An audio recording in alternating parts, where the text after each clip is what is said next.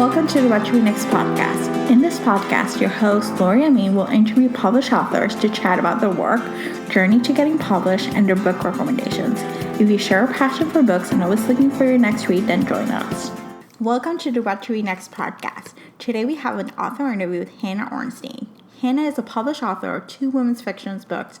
In this episode, we chat about Hannah's writing process, her books, and of course, we have a round of book recommendations. Now let's get to the show. Hi, Hannah. Welcome to What to Read Next podcast. Hi, thank you so much for having me. So happy to have you here. So tell us a little bit about yourself. Sure. So I'm the author of 2 books, working on a third. My first novel, Playing with Matches, came out in 2018, and my next book, Love at First Like, comes out August 6th. And I'm also the senior dating editor at Elite Daily, and I live in New York City. I love it. And we're going to be talking about your books as well as your job. So first things first, I want to hear, how did you land the senior dating editor position at Elite Daily? Sure. So I always have been a writer, and out of college, my first job was writing for 17.com. And one of my favorite things to do there was write about sex ed and relationships and everything from like first kisses to crushes to how to have safe sex.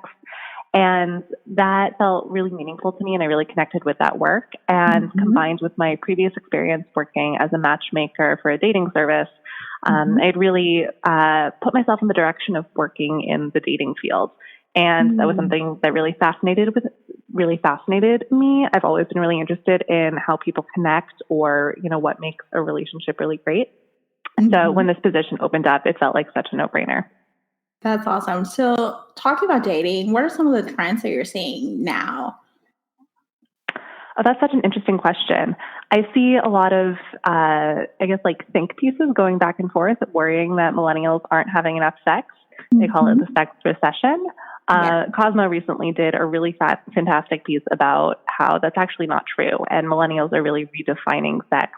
It may not be as frequent as past generations, like very slightly, like less than 3 times per year, which is really nothing when you think about it. But instead, they're prioritizing more satisfying sex, which I think is a really interesting.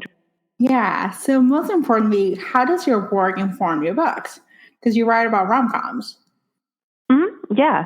I never set out to have both of them fall under similar themes, but I think it just shows that, we all want to connect. We all want to find love. We all want to find happiness in our relationships. And those themes are just things that I love to think about. So that's why it shows up pretty strongly in my fiction as well as my day job as an editor. Yeah. And so let's talk about your journey to be a published author. How was that process like? Long. I think it takes a lot longer than people think, but I always knew that I wanted to write a novel. I wasn't really sure that I was creative enough or determined enough to do it, but I said I might as well challenge myself, because what do I have to lose? So when I was in college, I wrote a short story about a young matchmaker in New York City. And the summer after I graduated, while I was still applying to jobs, I spent a lot of time working on making that into a longer piece of fiction. So by the time that I got my first job, I had about half of the first draft of Playing with Matches written. And from there, just a long journey of revising and working to get an agent and then an editor and a publishing deal and then editing the book. And then it's a really fun process to work with the graphic designer on the cover and then the PR and marketing teams to make sure that the launch is a huge success. So it's a lot of fun. But from start to finish, it took about 3 years. Oh my gosh. Yeah, it's a long time. Yeah. Yeah. So let's talk about your writing. Do you follow an outline, or do you go see where the story leads you? I'm definitely an outline person. Okay. My biggest fear is writing thousands and thousands of words and then not being able to use them. So before I write anything, I have a pretty clear outline down to like what happens in each scene. So I really do know where I'm going, and I can tinker with the outline to make it perfect before I dive in and start writing. So I really appreciate working that way, because that means that I never really have to think about where the plot is going once I'm writing. I just sit down, open my computer, say, it's chapter 10. Here's what happens in chapter 10. And then I just sit down and write it. And do you keep like character tabs, like how the character development? Like, do you keep kind of like a storyline or like a list of inspirations or specific things or about the character that informs the development of it? I do, yeah. I have a lot of Google Docs, or honestly, I just like email myself, or like type notes on my phone. I find that's really easy if I'm just like walking around or like wake up in the middle of the night. I can just send myself an email that's like, oh my God, this is what has to happen. I get it now. And then I can search those in my inbox and find them later and then add them back into my outline or my chapter or whatever I'm working on. I love it. So how do you keep track of, you mentioned you keep them like just emailing yourself, but there are other places like, do you keep Pinterest boards or any other places where you tag different inspirations? Or Pinterest boards sound fun. I don't, but that sounds like a really fun idea. Yeah. No, I don't. But I always have a running list in my head of places that I'd love to set scenes in, because every place that I write about is a real location, whether it's like a restaurant or a bar or a park. And so I think about places that are really fun, and I try to like keep a mental list of those that could be really exciting for different scenes. Yeah, I was going to ask because in most of the places I was like, I read them. I'm in New York based. And I was like, these sounds familiar. And so I was like, are Yeah. these real places? And then I read your author's note and it says you mentioned some of the places. And I was like, oh, they're real. So Yep, they're all real. I love it. Thanks. So do you share your work along the way or do you wait till it's completed for others to read? So my first reader is always my sister, Julia. She is my most avid fan, and she is also really honest. So she'll tell me if something isn't working. So I always send her chapters, and her encouragement was really something that helped me get through the first draft of my first novel in particular. So she's my first reader. And then my parents always try to sneak peeks, but that's a little bit more stressful. And then once it's out into the world, it's really exciting to have other people read it, but it doesn't feel as nerve-wracking anymore, because by that point, there's really nothing more that I can do. Like, it's printed, it's done, it's out there. So then it's just, I think, really exciting for other people to read it. I love it. So let's talk about your books now. We're going to talk about Playing with Matches first, which is a rom-com about a young matchmaker and a top dating service. And I would be remiss to say that you were a young matchmaker in a top dating service. So how much of this real life story was inspire the book? Yeah, I mean, I did work as a matchmaker. I was the youngest matchmaker at an elite dating service in the mid 2010s. And as I was doing the job, it was like the most outrageous, ridiculous, exhausting, but like hilariously fun job I've ever had. And I kept saying to myself, like, this has to be a book. Like, there's no way that this world could not be a book, because you're dealing with people who have like really exciting, fabulous lives. You're in New York. People are, there are high stakes. Everybody's looking for love. So I knew that that was something that I wanted to play around with. But the actual characters themselves are fiction, because, you have to, I don't want to breach client confidentiality, obviously, but also, I think it's just more fun if you get to make the story your own. Yeah. So did you encounter a wretched Gretchen in real life? Or was it something? All my clients, all my characters are fictional. But there's certainly, I take inspiration from my clients, but they're all fictional. I love it. Yeah, I figure it's probably fiction. You just probably take different pieces and you're like, okay, these are characteristics, and maybe mash up and make it something useful. Yeah. Wretched Gretchen, for people who haven't read the book, she is one of the most memorable characters. I get asked about her a lot. She has, I think, like a 7-page checklist, single-spaced, bulleted, pointed, for her dream match. And so she definitely puts Sasha, my main character, the matchmaker, through the ringer trying to find her perfect man. Yeah, I love every time she's like, I found someone, and then I got a 1,000-word document email about why this is not the right person. So that was a good, funny, yet somewhere in real life, because I've known people who have the long list of like, here's what my criteria looks like. And then, then it's like, I'm not even going to bother. So, yeah. It's easy to be picky, but I think if you're super, super, super picky about really superficial things like how tall somebody is or how much money they make, then you're really just limiting yourself. Yeah, so true. So the ending was interesting. So this is not I wouldn't consider romance because there's a happily ever after, but it's a different happily ever after. So would you consider a follow-up book since Tasha was only 22, maybe, a few years later when she's revisiting her life after being a matchmaker?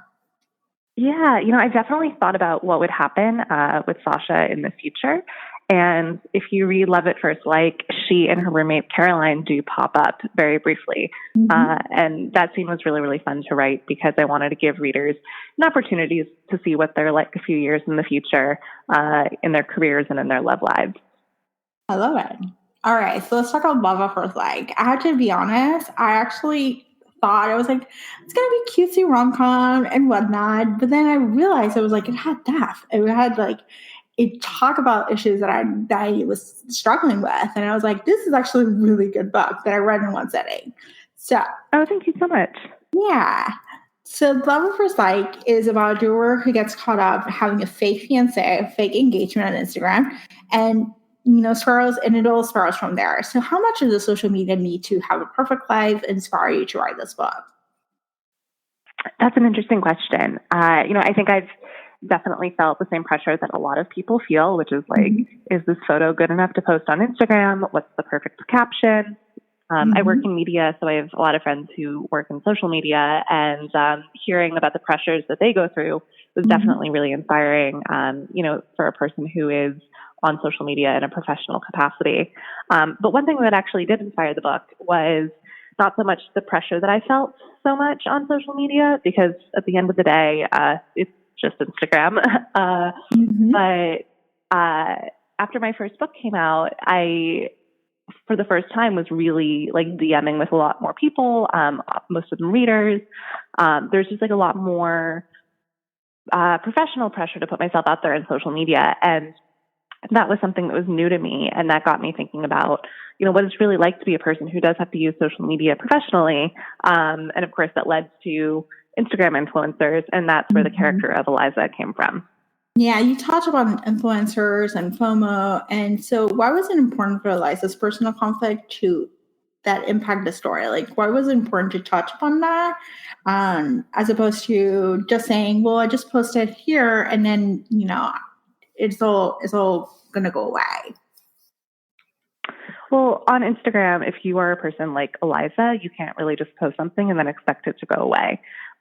So the mistake that she makes at the beginning of the book that kicks off the action is that she posts the photo on Instagram sort of in a drunken fit of frustration once she finds out that her ex-boyfriend is engaged to somebody else. She posts a photo that makes it look like she's engaged. And her followers are really into it because as a business owner who sells fine jewelry and engagement rings, I think her followers do want her to have that happily ever after. I think that one thing that was really interesting to me while researching and writing the book was the way that a lot of entrepreneurs do find success, I think, when they do post more personal content about their boyfriends or husbands or partners or babies or family vacations. And when she finds success with that, as a result of posting something so personal, and she realizes that she can't step away from it, then she's put into this interesting conflict where she has to sort of put her personal life out there in a way that might be kind of scary for some people in order to experience the professional gain that she suddenly really, really needs. Yeah, I think that was the major impact is just seeing the world of social media and how it impacts your day-to-day life. Especially as an influencer, when you think about an audience of not just one or two people, not just your mom, your dad, or it's actually an audience of 100,000 people who have, comments and expectations and likes and whatnot. And how does that spiral down? Yeah. So one thing you touch upon is the reality of dating in New York City, and specifically the bar scene. And I'm thinking of when Liza is looking for the fake fiancé. I think you touch upon how that it was fun to see how the different potentials are out there, but how right now we're using dating apps along with just going to the bar. It's not just going to the bar and just saying hi. It's actually you're going on Tinder and going, on a fake fiancé spree. What inspired you to do that? Is it something in your life that you noticed from your work that this is something that's happening as a trend, or is it something that that just added more value to the story? It's kind of all of those things. I definitely knew that she had to have some sort of dating experience before finding her fake fiance. Mm-hmm. And I was interested in having her use dating apps just because that's how people date these days. And it didn't feel genuine to have a young character date without thinking of dating apps first, because that's just how our generation gets things done. But I do think that there is real value in like a really sweet meet cute. And so Eliza does wind up meeting somebody in real life at a bar. And I had to set it at Dorian's, which is this really iconic but sort of hilarious bar on the Upper East Side. And I thought it would be really fun to set a scene there.